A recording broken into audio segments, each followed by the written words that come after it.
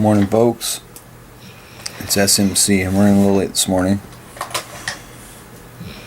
Oh, shit. What is it? A new year, okay? Yeah, I've been lazy. I got a little bit of footage. I'm going to try to get some cutting done today, get some more stuff up. I've been down. I have developed a severe case of amotivational syndrome.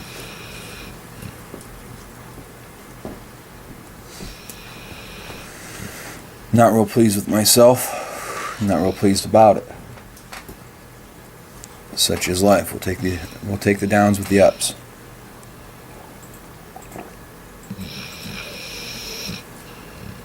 It's interesting. Talk about depression. Everybody knows a little bit about depression. Everybody knows a little bit about the invisible dark forces, as it were. Not most people. I've actually run into one soul in my life at that juncture in his existence. I was just a wiry youth in my late teens, early 20s, and he was about 30 at that point. Never saw, understood, or grasped the concept of depression. It didn't exist in his world. He didn't understand. Everyone's like, fuck yeah, man, that's great. Never been depressed? I don't agree on that. I don't ascribe to that concept. The old adage of the bad makes the good. If you've never bounced off the bottom of the fucking barrel, how good can anything be? Humans are interesting and weird and different, and we can only learn through compare and contrast. That's really our only fix, our only shtick, is to compare and contrast. You hear the story all the time. Robert Kiyosaki, Rich Dad Poor Dad. He had to compare and contrast with his birth father and the man he adopted as a father, basically, you know. And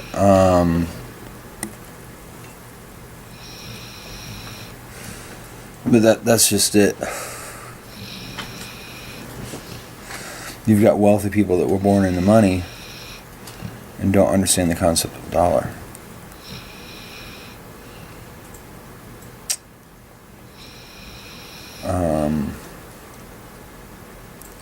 Because they never went without. If you don't go without, you never understand or appreciate the worth of what you have. People grow up in big families and they get out on their own. They all of a sudden realize the value of a big family, a big household, when they're sitting there alone in their apartment in whatever, name this city, USA, and they're just kind of kicking it, chilling. Some of them like it, some of them don't. So that's been my compare contrast. And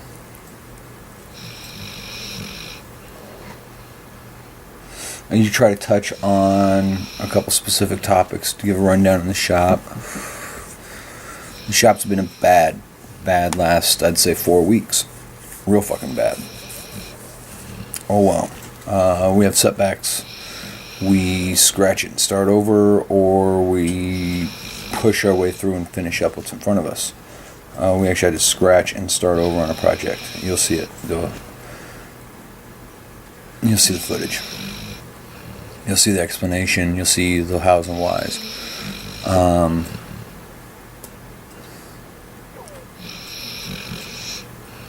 That's got me down for sure. We got a project that's taken 5 weeks longer than it needed to. Because the holidays, we lost days. We lost tons of time. Well, there's 2 weeks of just utter bullshit there. And then basically trying to put a dent in a steel ball.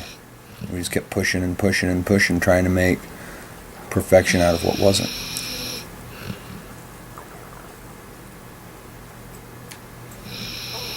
Sometimes a fellow fucks up. Sometimes there's an environment fucks him. We had hands in, we We had hands from all those aspects in this particular project. I don't know. Give me some feedback. Tell me what you think. I want to steer this. This is where my headspace is at right now. And you guys, I'm so sorry, but you guys are like my sounding board, okay? If I can quantify, verbalize, and get it out there, it actually makes sense in my head. My Sunday morning coffees are more cathartic for me than I think anyone else. Just getting a thought or a process out there. First of all, you take a man's mobility from him. You take most everything from him. It's a rotten deal. We'll leave that one hang right there. And it could be a physical impairment. It could be simple as no wheels. It could be shit like that. Here it's the high today is 5 degrees Fahrenheit.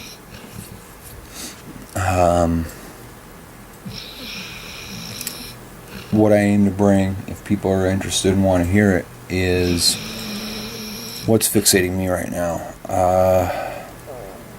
Smith Welding Restoration LLC started up, the official LLC. It's something now. Started up back in August, September. Oh, the wheezing.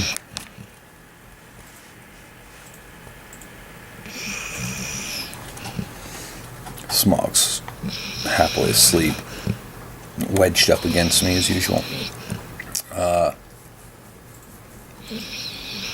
So where I'm at now is working on standard operating procedures specific to the shop. There's a generic list you can go by, and it's great. Doesn't fit every shop. A business plan. With the business plan, a marketing schedule, a marketing plan, goals, services. We're going through this process now. We're actually weeding out certain prospects and aspects. We're setting timelines on other things. We've got enough restorative work that we're not actually taking. Not that we've had the grand opportunity, but we're not taking restorative work this second because we're behind on what we got. Why do we want to add to that plate? If something amazing comes along with a great idea and a better budget, I'm in it for the money. I have to be. Not because I'm greedy, not because I want to be rich and wealthy off my shop, but because simply I want to keep the roof over my head. I want to eat. I want to keep the lights on in the shop. I want to keep the shop. So yeah, fuck. That's a baser acknowledgement right there. If you can't be in it for the money, don't go into business. If you're in it for prestige, if you're in it for ego, well, lay that shit aside. So right now we're working on, I've got a skeleton of a business plan I put together over a year ago. And I'm going through it and I'm re-editing it and adding to it. So, okay, well, what's a business plan and why? We're going to hit some business school 101, okay, folks? You don't like it, hit stop now. I'm going to ramble on for maybe another 10 minutes, and then we'll conclude this, and I'll get some actual work videos up this week. A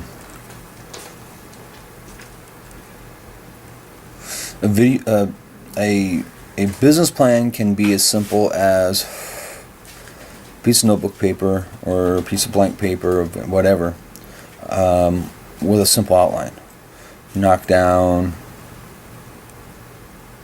goals, achievement points. You need quantifiable, achievable goals with a set amount of time to each one. It's easy. If I say, well, I want to make more money this year. Well, I want to make more money this year. Well, last year on the books is a loss. So any amount of money made is more money this year. It's not quantifiable. It's not a goal. It's not an aspiration of any kind. It's just you throwing words out there, trying to make yourself feel better. Well, let's say we want to gross $110,000 U.S. this year. And I haven't sat down for the factors and figures. I got to start scribbling numbers, and I know what we did last year. I know about how many, let's say, bumper covers we got in. I know how many odd projects that really did hurt us. That's another thing is I got to, when assembling the business plan, it's going to go hand in hand with a standard operating procedure. Standard operating procedure has a lot more to do with organization and time management than anything else. You can begin to forecast what it's going to take with a lot more detail if you have a written plan. So the business plan, you can go up to Small Business Development Center, sbdc.com, .net, .gov, I don't know. Anyhow, they've got templates. So you just go in and you start typing right in the spaces. It gives you the headers, the outline, the table of contents, and it tells you what you need in each section. That's exactly, specifically, poignantly what I'm working off of right now. I'm working off that platform right now. So you want to start a business. All right. Consider things. Consider insurance for the business. Now, health insurance is a big deal. So you got to figure that. You got to factor something in that form in. Overhead. Well, what is overhead? Overhead is your rent, your water, utilities, the insurance, workman's comp. Right now, it's just Jeremy and I. So workman's comp, specifically speaking in that detail, until we've got some time. We can factor which way we want the LLC to go. Do we want it? And this is another question. Are you going to set up an LLC? You're going to set up a C Corp, S Corp, sole proprietorship, partnership. Here's a key factor on why I did what I did. LLC, it's easy to move stuff around. The legal on it is very simple. You go down to Secretary of State. It costs us $50 to file it. There you go. We're done. EIN number, that's free. Federal tax ID number, that's free. There's some sites that want to charge you. No, don't get charged for that. Then location, products and services. These are things you have to figure and factor ahead of time. And if you have the luxury to just grunt it out in your little shop out back for a year or so before you get informed you're no longer a hobbyist, that you have to move your operation because you're a business, you stack up as much cash as you can while doing so if you're capable. Keep your day job. Do this on the weekends, evenings, whatever. If this is what you have to do, try to go into it a little better prepared than I did. An underfunded business, funding, I hear conflicting reports. People are like, oh, well, funding is less important than the time spent, the time and labor, the conviction. And that's somewhat true. But an underfunded business will just sit there and spin wheels and spin wheels. We got projects to get to. And we've got more monies that got wrapped up in overhead than we should per project. If that makes sense. We're losing money on projects because overhead is killing us. Because I haven't properly managed my time. So we're going to have frustrated folks. We're going to do exquisite. We do exquisite work on the things we're allowed to do exquisite work on. But it takes us time.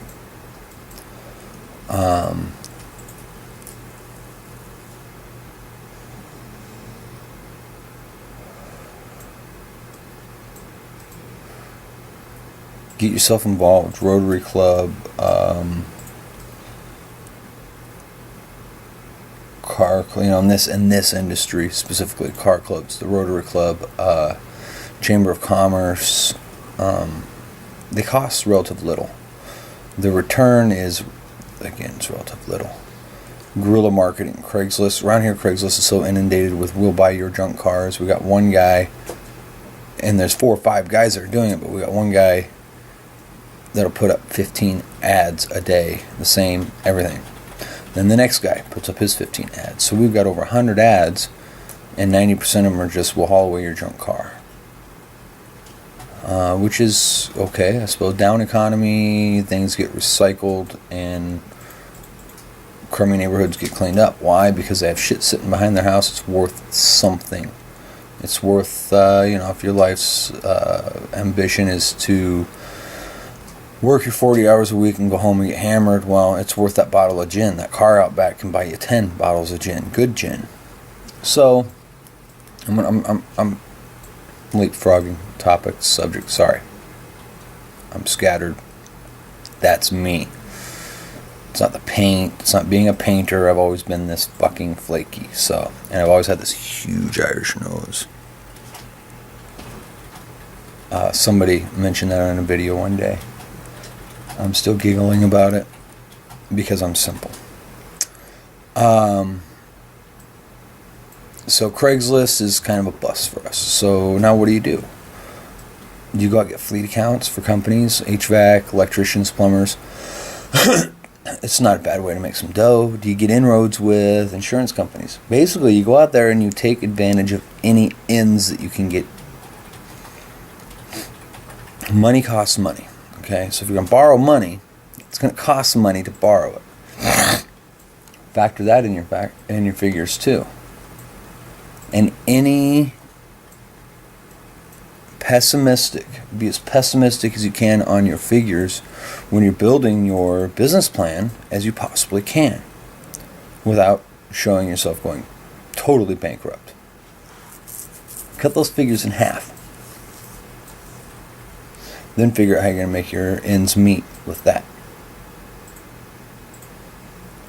A lot of guys doing this, you don't factor just a simple on-frame restoration that you're not pulling glass out of, that the tub's in fair shape, you're not buying a bunch of body parts for, you're cutting out a little bit of rust and putting in some new.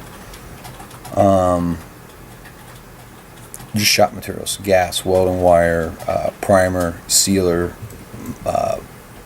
mud, paper, tape, solvents, all these things that you factor, that you inventory in your shop. You're going to have, I factor it at $1,300 for a full proper job done. Sandpaper, all that. People forget those aspects. You take on a welding project and you forget that tank of gas ain't free. You forget that you're going to use grinding discs. So start making lists. Start making lists of all the services you do provide, what ones you actually make money on. Once you figure out what you're making money on, and sometimes you're just forced to take whatever rolls in. I won't do service work anymore, but I got one customer we're doing a lot of fleet work for that I do tune-ups and oil changes and shit on stuff, because the work is there. So don't ever get caught up in your pride. Oh, I don't do that kind of work. It might be the only work you got this week. I'm going to sign off. I'm getting the fuck out of here. You guys have a great day. Find ways to make this week beat last year. Spend some time in your passions. I'm just sounded off. I want to get your guys' heads turning in the right direction. There's a lot of guys that are in the infancy stages of starting a shop, much like I am. There's some guys out there thinking about doing it. And there's guys that have been out there doing it for a long time. And it's that third set of guys that I'd be most interested in hearing about. Successes, failures. I'm not an authority on this subject. I just understand the textbook method.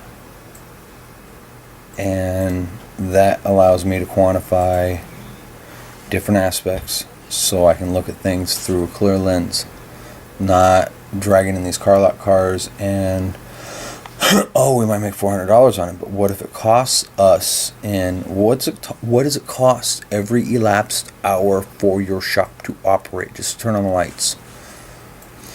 Figure everything out per annum, per month, per week, per day, per hour. Break it down. Break those numbers down and see where they're at. Some shops can survive on $30 a concurrent hour. Every hour the shop is open, if there's $30 made, you survive. Some shops are, I'm sure, into the thousands because of their location, the size of the workforce.